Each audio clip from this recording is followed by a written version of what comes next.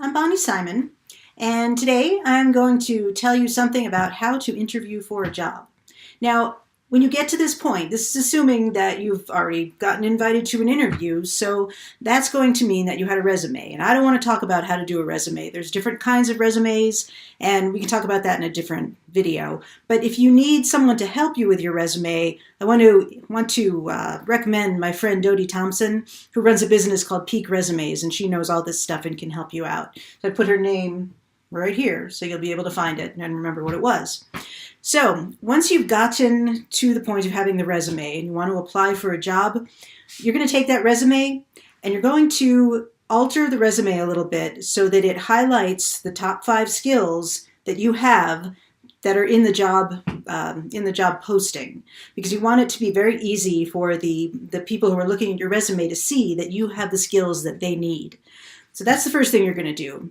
You send that in.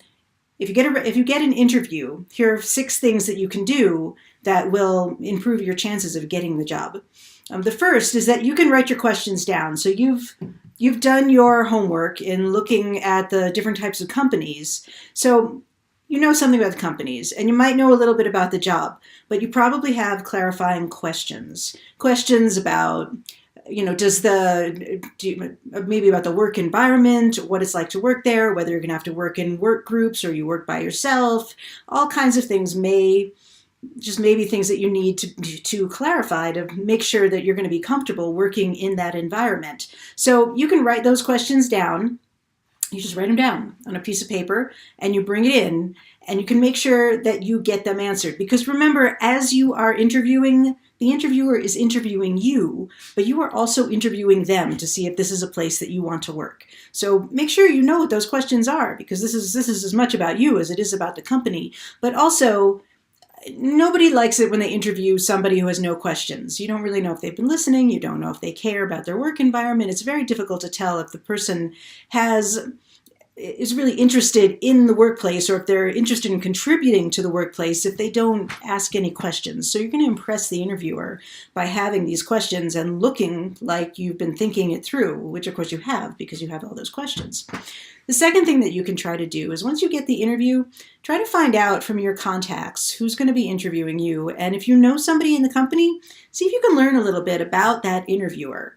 You might find out that they like a particular sports team, or that they like chickens, and you might find something to connect on. And it's not a guarantee that you're going to get the job, but when you get in there, if you have some way to connect on a social level, that's going to help you build rapport with the interviewer, which is in turn going to help you get the job. You can't always do this. Sometimes you just have to be friendly and ask questions in the interview about the interviewer, not in a probing way, but just in a friendly way. But it's easier if you know somebody who already knows the interviewer, if you ask some of those questions of them and find out what kind of person is this that you're going to be interviewing with. The third one is that you want to review your resume. You want to make sure that you remember what's on it and that you're prepared to talk about those skills. And one thing I want to add that's not actually in the book, but when I used to interview people, we used a system. This was in the corporate world. We used a system where we would ask people to tell stories about their work history. Tell me about a time when you had trouble working with a coworker and what you did about it. And what we were looking for a beginning, a middle, and an end in a story. We wanted to know what the situation was, what you did, and how it ended. You might want to think about stories like that. It's just like any other kind of marketing, really, in a way, that you want to think about what stories can I tell about my work history. If you're prepared with those, that kind of interview can be a lot easier. And even if it's not that kind of interview, you can still, telling stories helps people get to know you. And you want to pick the stories that that really highlight your skills and how well you work with people and whatever else it is that you're trying to get across to that interviewer. So think about in advance what skills you have, what kind of stories you have to tell, what you can use in your history to help them understand that you're the right person for the job. There we go. 4, you want to dress conservatively. And I know this is kind of a controversial thing in these days, but when you go in, you're going to make a first impression, and you want to sort of look like the people in the workplace, but a little nicer. So if you're going to a place, if you're going to interview in a place where everybody's wearing jeans, you wear nice pants and maybe a jacket, something like this. If you're working in a place, if you're looking at a place where people are dressed in business casual, you wear a tie or a skirt and nice shoes. You want to look a little bit nicer, and the key here with conservative dressing is that you want to dress in a way that does not distract from what you're saying. So you're going to avoid things that show a lot of skin or things that have sequins or anything that is distracting from the conversation. Just avoid wearing that. That's why they would always tell you when you're going to interview at a corporate job, you want to wear either blue or black. And we don't necessarily give that advice anymore, but the principle is the same. Avoid things that are going to distract from what you have to say and the skills that you bring.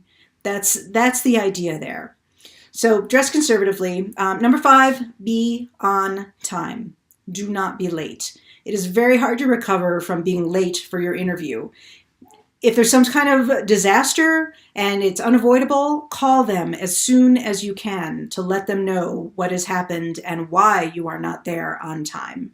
You can be a little bit early. If you're very early, wait a little while before you go in. 5 or 10 minutes in advance is good, but particularly if you're interviewing with a business that only has one person in it, you don't want to be there distracting them too early. A lot of businesses have a reception area and you can just wait. But one of my friends, this isn't in the book, but somebody I know who runs a cleaning business, she makes another point about that. When you're arriving, don't bring your family. Don't bring your children. Whatever you have to do. She says that a lot of people come to her to interview and they don't know how to do it. So they show up with their whole families or with their children, and it's just difficult. You're going to have to show up to work without your kids for most jobs. And if you bring them to the interview, then it's hard for the interviewer to understand how you're going to be able to do the job. Try to see it from their point of view. Finally, number 6 is send a thank you note. And this is a technique that I've used very effectively. You send the thank you note. You can send it via email if you want to, but if you really want to make an impression, send a handwritten note on a nice card. It can either just have a picture on it or it can have your name on it, black and white. Send a note. You can reiterate why you're the right person for the job. You can also tell the interviewer something that you found interesting that they told you, and that makes an impression. Most people don't send thank you notes, even though that advice is out there. But it brings you up in the interviewer's mind again when you're not there.